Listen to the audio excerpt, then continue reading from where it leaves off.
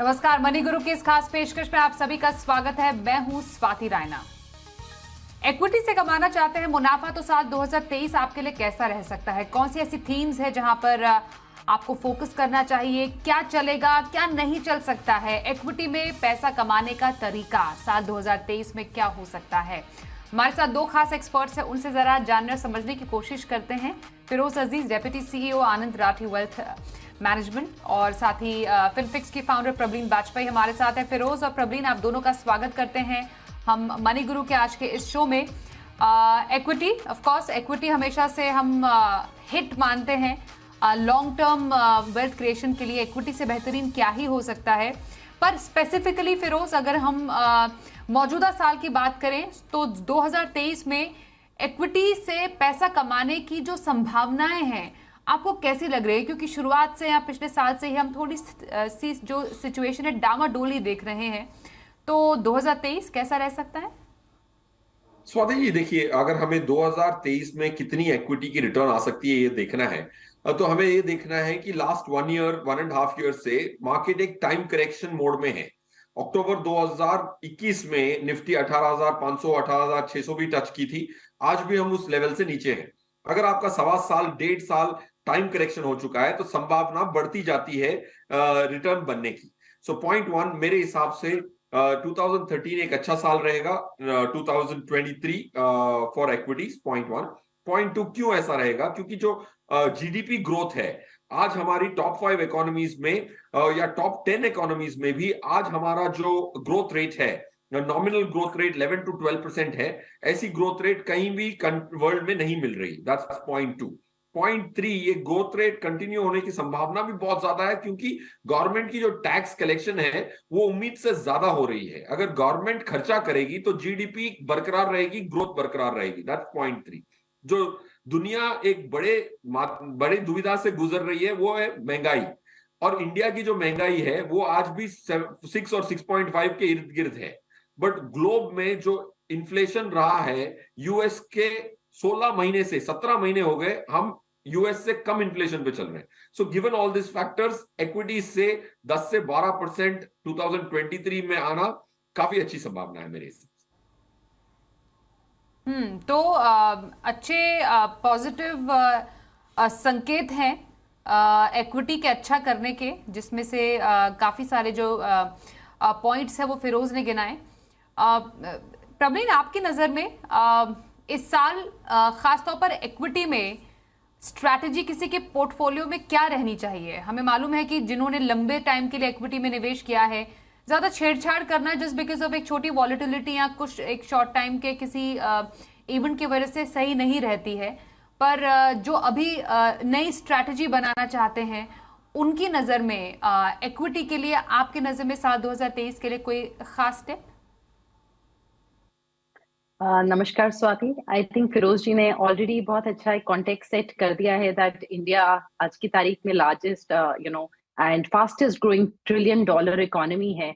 और अगर आपका एक बेस इकोनॉमिक जो बेस है वो स्ट्रांग है तो मार्केट्स और इक्विटीज से बेटर आपको एसेट क्लास मिल नहीं सकता है। बट ऐसा जानते हुए भी स्वाति, जो हम ट्रेंड देखते हैं कि बहुत लोगों का अभी भी एक पोर्टफोलियो के हिसाब से देखें जो एलोकेशन बहुत ही नेग्लिजिबल या तो बिल्कुल नहीं है, या एक नेग्लिजिबल अमाउंट में है, या एक छोटी मात्रा में ही इक्विटी का एक्सपोजर है। तो मेरे ख्याल से कुछ चीजें हैं जो एज इन्वेस्टर्स जो इक्विटी को देख रहे हैं, ऑलरेडी इन्वेस्ट करते भी हैं और एक नई शुरुआत करना चाहते हैं, वो अपने माइंड में रख सकते हैं। कुछ पॉइंट्स मैं गिनाना चाहूंगी। आई थिंक इक्विटी को अप्रोच करने के 5 से 6 तरीके हैं। आप डायरेक्ट इन्वेस्टिंग कर सकते हैं, आप ज्यादा जो HNIs हैं वो AIF और PMS का रूट ले सकते हैं। यूलिप्स एंड NPS के थ्रू भी आपको इक्विटी का एक्सपोजर मिलता है। बट आई थिंक मैं इसको रेट करूंगी कि जो एक म्यूचुअल फंड्स का जरिया है इक्विटीज में इन्वेस्ट करने का, आई थिंक एक रिटेल इन्वेस्टर के लिए बहुत ही low cost and transparent and effective mechanism है। तो पहले तो आई थिंक जो आपका रूट है उसको चुनिए। उसके बाद एक डाइवर्सिफिकेशन पॉइंट ऑफ व्यू से मेरे ख्याल से डिफरेंट स्कीम्स में पैसा डालना अक्रॉस डिफरेंट फंड हाउसेस बहुत इंपॉर्टेंट है, ताकि आप डिफरेंट मैनेजमेंट स्टाइल्स को यूज कर सके। हर AMC का एक अपना टैलेंट पूल है एंड आप उसको इफेक्टिवली अपने पोर्टफोलियो में जोड़ सकते हैं।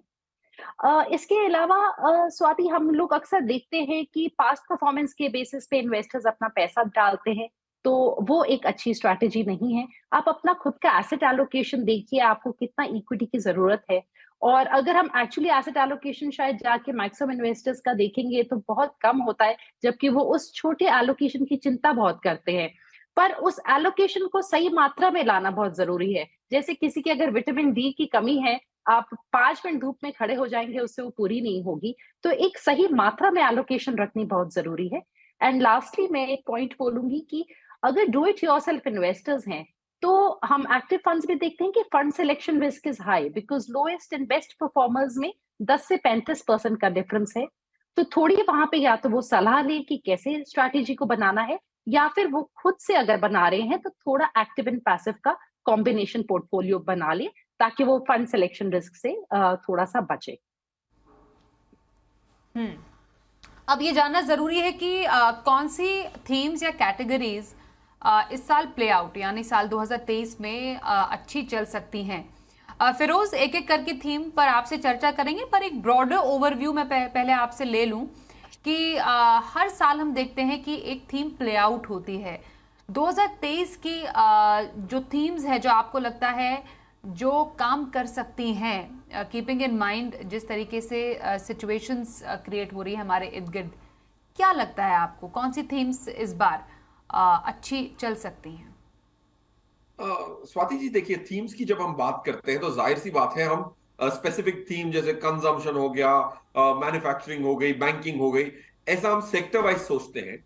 बट उस पे आने से पहले मैं एक चीज जरूर कहूंगा कि थीम जो क्या प्ले आउट करेगा, कौन सी साइज की कंपनीज उस साल प्ले आउट करेंगी, एक बहुत इंपॉर्टेंट और अच्छा जरिया है कि आप अपने इक्विटीज में पैसे बना सकें। फॉर एग्जाम्पल, लास्ट ईयर अगर आप देखें तो 2022 में स्मॉल कैप इंडेक्स ने -13 की रिटर्न दी, लार्ज कैप ने और 3-4% लार्ज और मिड कैप ने दी। पहला पॉइंट तो यह है कि मेरा यह मानना है कि स्मॉल कैप जो करंट डेफिनेशन है म्यूचुअल फंड निवेशक के लिए, उसमें काफी वैल्यू इमर्ज हो रही है। मिड कैप से ज्यादा वैल्यू स्मॉल कैप में है। So that's point one. तो we are going a little heavy on the small cap side, क्योंकि पहले स्मॉल कैप जब कहता था इंसान तो वो 5,000 करोड़ की कंपनी भी हो सकती थी, 1,000 करोड़ की भी हो सकती थी। आज की डेट में जो 250 वर्स्ट कंपनी है उसको स्मॉल कैप करार दिया गया है और उसकी मार्केट कैप है 15,000 करोड़ की। अब 15,000 करोड़ इतना स्मॉल भी नहीं है। तो पहले स्मॉल कैप बहुत छोटा होता था। सेबी की 2018 की क्लासिफिकेशन के बाद स्मॉल कैप 10,000 करोड़ की कंपनी को भी आज स्मॉल कैप करार दिया गया है। So point one, the most important segment in our opinion is small cap segment, और उसमें लोगों के सिर्फ 5-7% लगे हुए हैं। हमारे हिसाब से इस साल के लिए अगर आप 25% भी स्मॉल कैप में जाएं with the new definition of SEBI, you are not taking too much risk, but value emerge होगी। That's on capitalization. थीम्स में मैं जल्दी से बता देता हूं। कंजम्पशन थीम है, मैन्युफैक्चरिंग थीम है। इसमें हमें लगता है कि गवर्नमेंट स्पेंडिंग की वजह से इनमें दोनों में काफी अच्छा पुश मिल सकता है। These are the two themes हमारे mutual funds are focusing on. तो इंटरेस्टिंग। तो आप कह रहे हैं कि स्मॉल कैप एक ऐसा सेगमेंट है जहां पर डेफिनेटली इस बार एक अच्छा एलोकेशन करना चाहिए निवेशकों को, और कंजम्पशन और मैन्युफैक्चरिंग थीम पर आपने यहाँ पर फोकस किया। प्रवीण, आपकी नजर में इक्विटी में कौन सी कैटेगरी या कौन सी स्ट्रैटेजी आपकी नजर में इस बार काम करती हुई नजर आएगी? If I may just start with one first. हाँ जी, स्वाति, मैं सबसे पहले मल्टी कैप कैटेगरी को उठाना चाहूंगी। ये हाल ही में बेसिकली आई है क्योंकि जब सेबी ने रूल बनाया कि फ्लेक्सी कैप फंड्स को देखा गया कि वो ज्यादातर लार्ज कैप टिल्टेड हैं, तो उन्होंने एक मैंडेट लेके आया कि आप जब मल्टी कैप फंड बनाएंगे तो आपको मिनिमम 25% लार्ज में, मिड में और स्मॉल में एलोकेट करना ही है। यानी कि as against regular equity schemes जिसमें मिनिमम 65% इक्विटी में होता है, यहाँ 75% इक्विटी में रखना ही है। यहाँ पे इस टाइम पे हमारे पास 18 स्कीमें हैं, और क्योंकि कंपैरेटिवली न्यूली लॉन्च कैटेगरी है, 10 स्कीमें यहाँ 2 साल से कम की एज की हैं, इसलिए थोड़ा एक पुराने फंड को इन्वेस्टर्स देख सकते हैं जिनका ट्रैक रिकॉर्ड हो। और 15 साल के ट्रैक रिकॉर्ड को अगर हम देखें रोलिंग रिटर्न्स के बेसिस पे, तो ये जो 4-5 स्कीमें हैं, इन्होंने 4 से 10% का अल्फा जनरेट किया है निफ्टी 50 के ऊपर। तो मेरे ख्याल से multi cap is a good category. और जैसे अभी फिरोज जी ने बोला कि स्मॉल कैप्स में एक पोटेंशियल है, मल्टी कैप्स के द्वारा इन्वेस्टर्स को कंपल्सरीली ही एक 25% एलोकेशन स्मॉल कैप में मिल ही जाएगा। Okay okay fine. मैं फिरोज आपके पास आ रही हूँ। आपने थीम्स का जिक्र किया, consumption you said and manufacturing. थोड़ा सा अगर मैं डिटेल में आपसे समझूं, क्या ऐसे पॉजिटिव ट्रिगर्स हैं हमारे लिए कंजम्पशन के और बोथ फॉर मैन्युफैक्चरिंग, जो इस साल जो थीम्स हैं वो प्ले आउट होंगी और यहाँ पर निवेशकों को ज्यादा फोकस अपना बढ़ाना चाहिए और कैसे? देखिए, अगर हम प्राइवेट कंजम्पशन की बात करें, उसमें जो ग्रोथ देखने को मिली है, Q1 FY 22-23 का जो नंबर है, उसमें 26% की प्राइवेट कंजम्पशन की ग्रोथ देखने को मिली। देखिए, कंजम्पशन, एक प्राइवेट कंजम्पशन गवर्नमेंट स्पेंडिंग के बाद जो मल्टीप्लायर इफेक्ट आता है कंजम्पशन पे, स्पेशली कैपिटल एक्सपेंडिचर जब गवर्नमेंट, जैसे इस बजट में कहा गया कि 10 लाख करोड़ कैपिटल एक्सपेंडिचर के लिए करार दिया गया है, विच इज 3 गुना हो गया लास्ट 3-4 सालों में कैपिटल एक्सपेंडिचर। इसकी वजह से जो मल्टीप्लायर इफेक्ट आता है स्पेशली रूरल कंजम्पशन में, वो अभी से ग्रीन शूट्स देखने को मिल गई है। तो मेरे हिसाब से rural consumption, private consumption triggered by government capital expenditure, ये क्लियरली दिखाई दे रहा है, पॉइंट 1।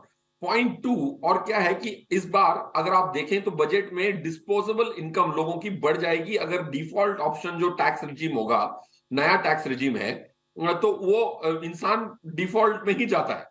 अगर आप पहले वाली रिजीम को डिफॉल्ट रखते हैं तो 98% वो यूज कर रहे थे, अब इसको डिफॉल्ट कर दिया तो मेरे हिसाब से एक साल में ही 2% लोग 50% होने जाने वाले हैं। सो आई थिंक डिस्पोजेबल इनकम लोगों की इस बजट से ज्यादा बढ़ेगी, थोड़ी महंगाई पे प्रेशर पड़ेगा, बट आई थिंक कंजम्पशन को और थोड़ा प्रोपेल मिलेगा। तो अगर उसका फायदा लेना है तो these are the few basic factors conceptually which will trigger consumption growth which is long lasting। 3-4 साल की कंजम्पशन की साइकिल मेरे हिसाब से बनती हुई, बिल्डअप होती हुई दिख रही है।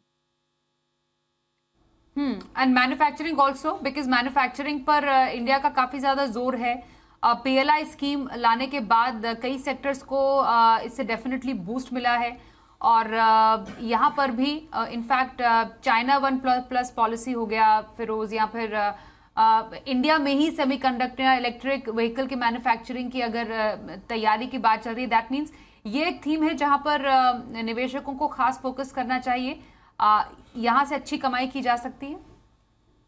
यस, डेफिनेटली मैन्युफैक्चरिंग एक बहुत इंपॉर्टेंट सेक्टर है इंडिया के लिए। ऑफ कोर्स ये बहुत नोन फैक्ट है कि चाइना का जो भी नुकसान होता है वो इंडिया को फायदा हो सकता है, बट आई थिंक इतना सिंपल भी एनालॉजी नहीं है, क्योंकि क्या हो रहा है कि हमें कंपीट करने के लिए इंडोनेशिया के साथ कंपीट करना है, वियतनाम के साथ कंपीट करना है, तो चाइनीज का जो फॉल आउट है मैन्युफैक्चरिंग का, इंडिया को इतना प्रोपोर्शन नहीं मिल रहा है जितना मेरे हिसाब से मिलना चाहिए था, पॉइंट 1। बट फिर भी मैन्युफैक्चरिंग की जो, जैसे आपने कहा PLI scheme, which is very very valid, it's एक पुश मिल रहा है मैन्युफैक्चरिंग सेक्टर को। मैन्युफैक्चरिंग सेक्टर की जो पेरिफेरल इंफ्रास्ट्रक्चर है वो बहुत इंपॉर्टेंट है, स्पेशली लॉजिस्टिक्स, पोर्ट्स, ये जो रेलवे नेटवर्क है, specially goods and goods transport करने का, वो इंडिया का प्रोग्रेस होगा।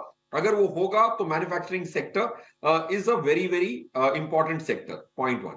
पॉइंट 2, मैन्युफैक्चरिंग सेक्टर की जो नंबर ऑफ स्टॉक्स हैं, देखिए आपके पैसे मैन्युफैक्चरिंग बढ़ने पे नहीं है, मैन्युफैक्चरिंग की जो लिस्टेड स्टॉक्स की जो मात्रा है इंडिया जैसे बड़े कंट्री में बहुत कम है, तो सप्लाई मैन्युफैक्चरिंग लिस्टेड स्टॉक्स की बड़ी कम है मेरे हिसाब से।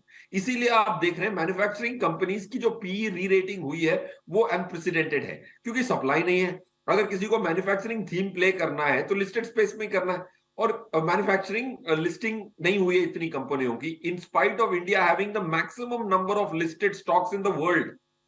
Okay, this is very very important data. हमारे पास जो लिस्टेड स्टॉक्स हैं वो यूएस से भी ज्यादा है, बट फिर भी मैन्युफैक्चरिंग की जो थीम प्ले करने के लिए जो सप्लाई है फॉर अ फंड मैनेजर और एन इंडिविजुअल इन्वेस्टर वो सीमित है, इसीलिए उनकी PE की री रेटिंग और beyond see in terms of corrections is gonna be very safe, इसीलिए low risk higher return possibility है मैन्युफैक्चरिंग। ऑलराइट, तो मैन्युफैक्चरिंग थीम और कंजम्पशन थीम यहाँ पर खास नजर रखिए इस साल। Apart from multi cap fund category, Prableen आपकी नजर में कौन सी ऐसी कैटेगरी है जहां पर अभी फिलहाल निवेशकों को फोकस करने की जरूरत है? स्वाति, अगर अभी हम इंडिया की बात ही करें तो मेरे ख्याल से फोकस्ड फंड्स की कैटेगरी भी एक अच्छा एरिया है जो इन्वेस्टर्स देख सकते हैं, क्योंकि यहाँ पे सबसे जो पहली चीज है जो यहाँ का पॉइंट है कि यहाँ पे कॉन्सेंट्रेटेड पोर्टफोलियो होता है स्टॉक्स का, यानी कि अबाउट 30 स्टॉक्स से ज्यादा का आपका पोर्टफोलियो नहीं जाता। सो ये एक तरीके से एक लो कॉस्ट पीएमएस है जो इन्वेस्टर्स के लिए अवेलेबल है, बिकॉज अक्सर इन्वेस्टर्स जो पीएमएस देखते हैं वहां पे भी उनके number of stocks is limited.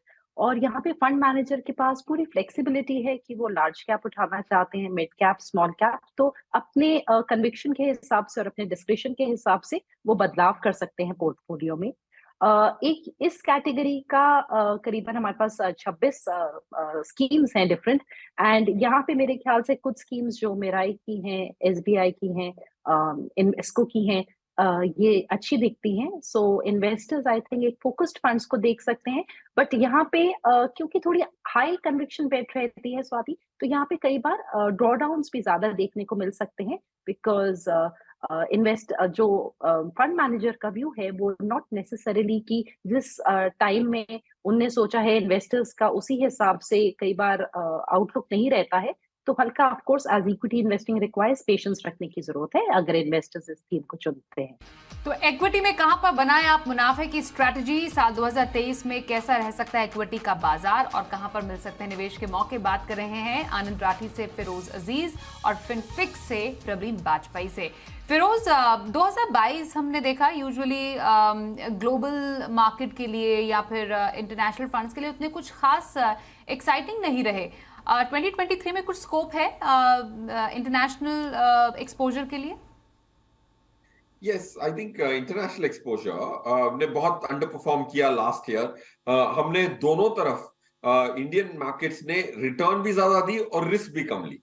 Risk का अगर हम वॉलिटिलिटी का आंकड़ा देखें तो ज्यादातर लोगों को लगता होगा कि इंडियन मार्केट यूएस मार्केट से ज्यादा रिस्की है। परसेप्शन ये है, बट रियलिटी ये है कि जब हम रिस्क को न्यूमेरिकली मेजर करते हैं in the form of volatility index, तो रिस्क ऑलमोस्ट 30% कम था निफ्टी का S&P 500 के मुकाबले। सो लास्ट ईयर अगर हमने रिस्क और रिटर्न दोनों पे आउट परफॉर्म किया है ग्लोबल मार्केट को, जाहिर सी बात है थोड़ी मीन रिवर्जन पॉसिबल है। और लास्ट 2 महीनों से आप देख चुके हैं कि India has been a slow market relative to the globe. ये ट्रेंड जो है मेरे हिसाब से कंटिन्यू हो सकता है, क्योंकि आउट परफॉर्मेंस ज्यादा थी तो अंडर परफॉर्मेंस भी इंडिया के आ सकते हैं। तो ग्लोब का आज मतलब फिर भी बनता है, बट मेरे हिसाब से जब ग्लोब जाते हैं लोग और नैस्डैक की ईटीएफ खरीदते हैं तो मुझे बड़ा दुख होता है कि आप इंडिया के बाहर इसीलिए जा रहे हो रिस्क घटाने के लिए, क्योंकि रिटर्न इंडिया में कमाने के लिए बहुत सारे जरिए हैं आपके पास। आप बाहर जा रहे हो ताकि आप डिवर्सिफिकेशन कर सको, रिस्क घटा सको। और बाहर जाके अगर टेक्नोलॉजी का इंडेक्स ही खरीदना था तो आप रिस्क कम नहीं कर रहे हो, रिस्क घटाने के बदले बढ़ा रहे हो। So point 1, global definitely after such an under performance of the global funds. Second, please don't buy ETF. माना कि ग्लोबल नैस्डैक ईटीएफ में पैसे भी बन सकते हैं, बट वो प्रिंसिपल के अगेंस्ट है। आप इंडिया छोड़ के तब जा रहे हैं ताकि रिस्क घटा सके, जाके टेक्नोलॉजी फंड ना खरीदें। These are my points. And जैसे प्रबलीन जी ने कहा कि जो कैटेगरीज थी फोकस्ड और मल्टी कैप, वो दोनों कैटेगरी और फोकस्ड स्पेशली, वो थोड़ा high risk high return valid argument है विजाविया थीमेटिक और सेक्टर ग्लोबल फंड। आपके व्यू में प्रबलीन, इंटरनेशनल फंड में निवेश जैसा फिरोज ने भी बताया उसमें आप ऐड करेंगी, क्या आपको लग रहा है 2023 में इंटरनेशनल फंड से? 2022 तो काफी खराब निकला है यूएस मार्केट्स के स्वाति, इसमें कोई दो राय नहीं है। 10 साल के में पहली बार नास्डैक ने नेगेटिव रिटर्न्स दिए, एंड आई थिंक वो करेक्शन ड्यू भी था, बिकॉज 2020 कोविड में हेल्थ केयर और टेक्नोलॉजी को जरूरत से ज्यादा बूस्ट मिला, और ये दोनों मेजर इनपुट्स हैं जो नास्डैक को बनाते हैं। इसीलिए हमने 22 में देखा एक 33% फॉल था नास्डैक 100 में। Going forward I think investors जिनका जो चाहते हैं करेंसी डाइवर्सिफिकेशन के पॉइंट ऑफ व्यू से बाहर पैसा डालना, उन थीम्स में पैसा डालना जो इंडिया में अवेलेबल नहीं है, आई थिंक ग्लोबल डाइवर्सिफिकेशन में मैं डेफिनेटली फील करती हूँ कि कुछ मेरिट है। एंड थोड़ा एक मंथली एसआईपी के थ्रू अपनी इन्वेस्टमेंट्स कर सकते हैं, जहां थोड़ा ब्रॉड बेस्ड इंडेक्स देख सकते हैं, S&P 500 जैसा। अगर थोड़ी सी ज्यादा थीमेटिक एंड कॉन्सेंट्रेटेड बेट लेना चाहते हैं, जैसे Nasdaq 100 which is more of technology stocks, तो वो देख सकते हैं। अदरवाइज हमारे पास डिवर्सिफाइड एक्टिवली मैनेज्ड फंड्स भी हैं स्वाति, जैसे डीएसपी के हो गए, फ्रैंकलिन के हो गए। और अगर हम 15 साल का रिटर्न देखें, रोलिंग रिटर्न्स देखें, तो निफ्टी 50 ने 12% का रोलिंग रिटर्न दिया है फरवरी 2013 से आज तक का, 15 साल में। S&P 500 ने करीबन 9.6%, नास्डैक ने 12.5%, करीबन सेम निफ्टी के जितना। पर अगर हम मोतीलाल का जैसे नास्डैक फंड उठाएं, वहां रुपी डेप्रिसिएशन का फायदा मिलता है। हम डीएसपी के फंड को उठाएं, जहां गेन डेप्रिसिएशन का फायदा मिलता है, तो ये सारे 14 से 18% की रेंज में रोलिंग रिटर्न्स आए हैं। तो मेरे ख्याल से उस पॉइंट ऑफ व्यू से there is some merit to move out of the country as well, थोड़ा परसेंटेज पर रिस्क समझ के ही इन्वेस्ट करें। ये तो इंटरनेशनल एक्सपोजर की बात हुई। Firoz, within banking and financial space आपको पॉसिबिलिटीज लग रही हैं 2023 में, और क्या उसके वैलिड डेटा पॉइंट्स होंगे बैक करने के कि why banking and financial services in 2023? I think हमारी जैसी कंट्री जो इतनी आबादी है और आज भी फाइनेंशियलाइजेशन काफी कम है, तो on a long term basis I think banking and financial services की बहुत इंपॉर्टेंट सिग्निफिकेंस है इन द इकोनॉमिक ग्रोथ। और अगर हमारी इकोनॉमी ग्रो कर रही है तो ये sector is a quasi play और a proxy play on the economy. तो that's point one. Point two, और ये जो बैंकिंग की जो सेक्टर है वो इतनी वेल रेगुलेटरी गार्डेड है कि बैंकिंग लाइसेंस इंडिया में इतना आसानी से नहीं मिलता। तो ये जो लाइसेंस की जो मेरिट है एंड जो क्रिटिकल मास पे एक बैंक जब पहुंच जाती है, उसकी वजह से जो बैंकिंग सेक्टर में वो जो कंप्लीट बिजनेस मॉडल में काफी एक वेल ऑयल्ड मशीनरी होती है। आज आप प्राइवेट सेक्टर इंडिया के बैंक्स देखें तो गिने चुने हैं, बट एक क्रिटिकल मास पे पहुंचने के बाद उनकी जो ग्रोथ और उनकी जो स्टेबिलिटी होती है ऑफ द ग्रोथ, वो काफी अच्छी हो जाती है ग्लोबल के मुकाबले। तीसरा, हमारी जो रेगुलेशन है on the RBI, because bank का सबसे बड़ा खतरा ये होता है कि पैसे अगर आपने गलत जगह बांट दिए और एनपीएस बढ़ गई या एसेट लायबिलिटी मिसमैच आ गई तो काफी दिक्कतें आ सकती है। ग्लोबल बैंक थोड़ी ज्यादा फ्री है। RBI has been a great regulator, इनको इतना अच्छा वॉच किया है कि कोविड में भी इनकी दुविधाएं नहीं थी।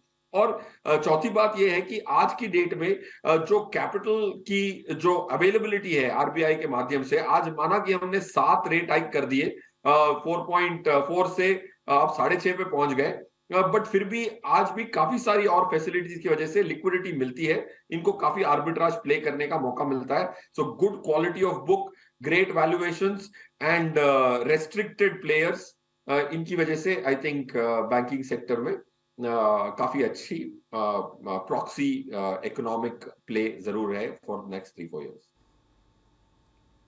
ओके, तो सेक्टर्स और थीम्स कौन से साल 2023 के लिए आपको देखनी है, समझनी है निवेश के लिहाज से, उस पर चर्चा करने के लिए